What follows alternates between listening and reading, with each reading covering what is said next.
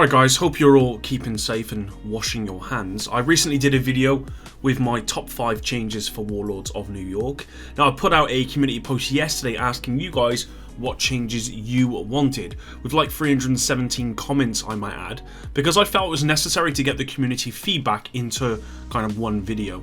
Now I won't be able to include everyone because, as you can imagine, a lot of people said kind of the same stuff, but I have a long list and I want to put them here in this video, so if the devs want to refer back to some where the community have been able to give their opinion, then this may be the video for them.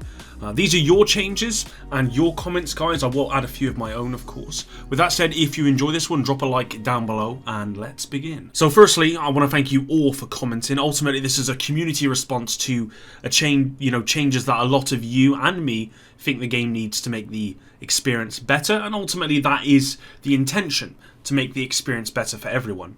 There's a lot here, so I'm going to tell you, each point and give you my brief comments with the name of the person who left the comment on the community post. So first up is NPC suppression and blind fire accuracy, and this was posted by a lethal apple. The comment said, dude, on legendary, when you blind the enemies, them MFs that's still shooting and aiming right at you, like what is the point? Of course, this blind fire applies to any status effect, including suppression, for example, or even when NPCs blind fire with no status effect, they're just in cover. The accuracy is incredible. You get snipers that are suppressed who will one-tap you. You'll get SMGs who are not suppressed but they're in cover that will one-tap you. Ultimately, I think the accuracy needs to be toned down, and I also think the accuracy needs to apply, or there needs to be some kind of modifier for accuracy to the level of difficulty, because it doesn't feel like there is one. Fire damage, scaling and range, commented by Matthew Mitchell. A lot of people actually made a point of this. Comment said, saw a guy walk through a campfire and instantly die. Nothing else needs to be said about the fire damage. And I've seen this a lot. I have to totally agree here that fire damage is very strong. A lot of the time fire damage will actually get you through cover as well. Not only does it do a lot of damage per tick, the tick is actually quite fast, and you can only hip fire your weapon, so it gives you that status effect. I think the fire damage just ultimately needs to be toned down a lot, because you're already under a status effect with the fire damage, not being able to ADS. So I don't think there needs to be this incredible amount of damage from fire, and yeah, it just needs to be toned down. Next up is the Revive Hive fix, commented by Ty Fuller. Commented said, the Revive Hive needs to be fixed. We're getting one shot and have no way to recover. They fixed the damage glitch twice and have still not addressed the Revive Hive. And again, this is something I totally agree with. This is probably the most important legacy bug that does need to be addressed. As a solo player myself, most of the time, and even in groups, about 50% of the time, my Revive Hive just simply does not work. In groups, there's issues with not being able to revive teammates due to the Revive Hive as well.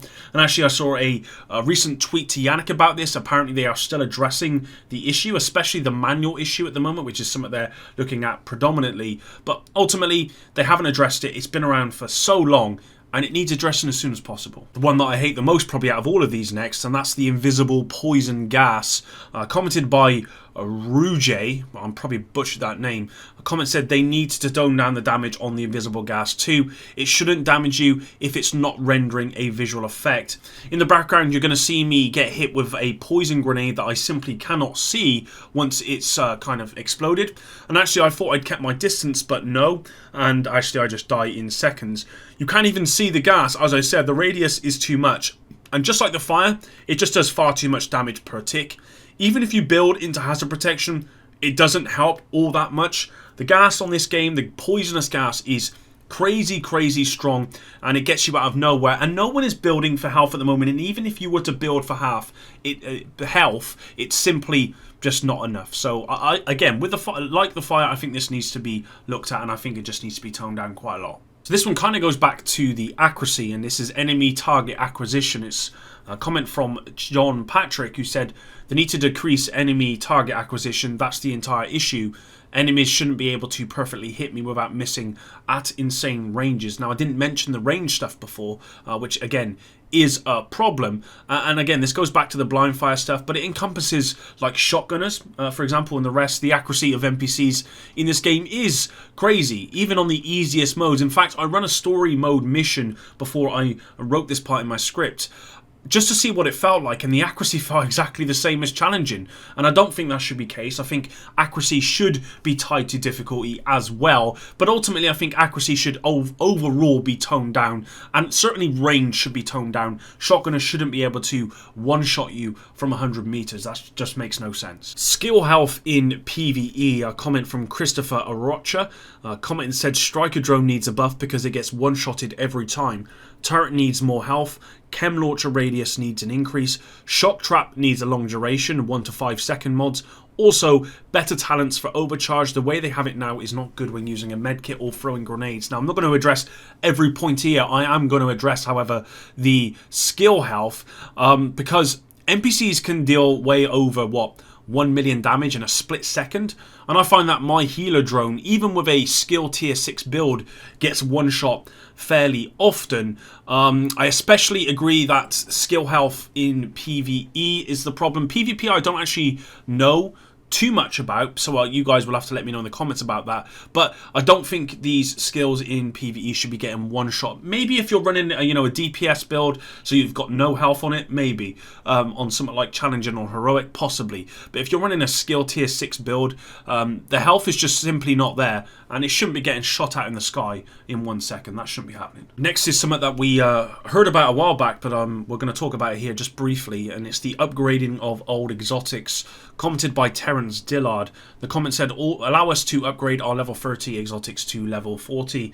Exclamation mark, exclamation mark. This is something the developers said they would be adding to the game in the near future. Their reason for not adding it at the start of Warlords of New York is they wanted people to try and find the new exotics, but I think that most people are over that at this point. I think this is something the devs should consider. I think most people want this, so yeah, let's see what the devs do about it. So I just want to briefly add in one of my own here, and that's exotic caches from other locations. Now, in The Division, it was possible to obtain an exotic cache once a week from specific missions and incursions on the hardest difficulty. And at the moment, I just think that the way they give you exotic caches just from the seasonal events is fine, but I just think it needs to be used more in the game to add incentive to other activities. I'm going to leave that there. I just think it worked really well in The Division, and I think it would work well here as well. Next up is one that I don't think a lot of people want to talk about, and it's the M1A balancing, commented by Quincy Ross. The comment said, better scaling of guns. I use the classic M1A because I have to, for the best damage, plain and simple. I want to use ARs, but the trade-off is nowhere near comparable. And I've seen this a lot recently. I've seen a lot of YouTubers talking about this, content creators. I've watched a lot of people using both rifles and ARs, and you can definitely see the difference. It certainly seems like running the M1A rifle is the most optimal way to do damage right now. That's what I'm doing. I would say the PvE experience using an M1A compared to an assault rifle is, or certainly looks like, it's night and day. There's no reason why you would use an AR over an M1A at this point. I think all weapons need to be buffed up to the M1A, however, because I think the M1A is a good place to be when it comes to doing damage. It mitigates a lot of the sponginess in this game. I know that's something the devs don't like to do, but I think that would be better than nerfing the M1A. What do you guys think? Let me know in the comments down below. Okay, so next up is game modes, commented by Devils Deathly. Comment said they need to bring in survival or a kind of horde mode to bring variety. Game is lagging content to keep playing. I've covered this plenty of times on this channel, and I'm sure you guys don't want me to keep repeating myself. I absolutely agree that this game needs game modes. I would say that I am enjoying what is currently in the game. I think currently the content is fine. I'm loving the global event. I'm looking forward to the apparel event. But, you know, if they were to say to us tomorrow, look, we're going to bring out, you know, another version, Resistance 2.0, would I be unbelievably happy? Absolutely. Do I think the game needs it? Yes.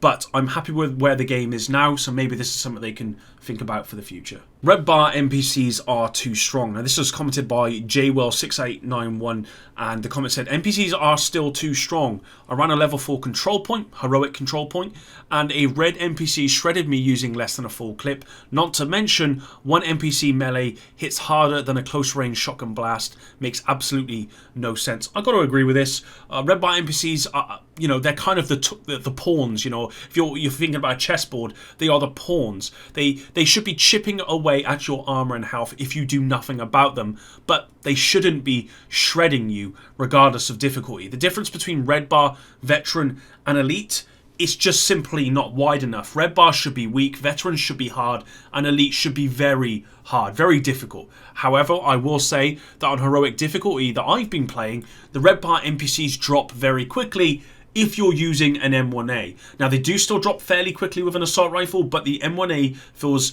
just leagues above any other weapon in the game, so that might be why the experience for me feels a slightly bit different. But I have to agree, red bar NPCs, they do feel overtuned at this point. Next up is Exotics ? Eric Hamado. His, I probably butchered that name as well. His comment said Exotics, or I'm sure we'll be rioting soon, lol. Now, I've spoke about Exotics before. Not everyone agreed with me. That's absolutely fine. It would appear they are dropping with low roll ranges on Legendary, for example, which shouldn't be the case with such low drops. And in a mode like that, which is so unforgiving, you should be guaranteed a good rolled exotic regardless of difficulty, but you should be guaranteed a god roll in Legendary. Now, it should still scale up based on difficulty, but what I'm saying is that you should, if you get an exotic, because the chance is so low, regardless of what difficulty you're on, it should be a good roll. It shouldn't roll at the minimum possible regardless of difficulty. However, if you're running Legendary, it should be god roll if one of those drops. I also think exotics that you get from the exotic cache should also be max rolls. The next one is something I've seen a lot of people talking about. I didn't see too many comments on it, so I'm going to add it in here, and that's the drone spam. Now, this is something, again, I didn't really see posted in the community comments. I think a few people talked about it, but I know it's something people have been pretty annoyed with in the game. NPCs, they simply just have no cooldown, so they spam drones infinitely, and it's a bit of a problem. And I think most people want NPCs to have a cooldown like we do. So if that's something they can add in the game, that would be really appreciated, because the drone spam, especially in harder difficulties where these drones are pretty much one-tapping you, it's a real problem. I'd also like to add the Suicide Runner explosive range. I think this needs to be toned down. It doesn't matter what difficulty you're playing on, although I think the range may be tied to difficulty. I'm not totally sure. I haven't tested it.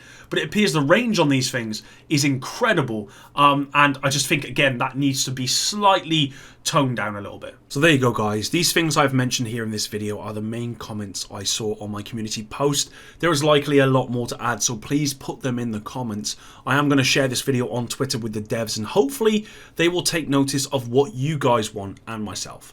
Thanks for all of your love and support. Until the next one, Epic out.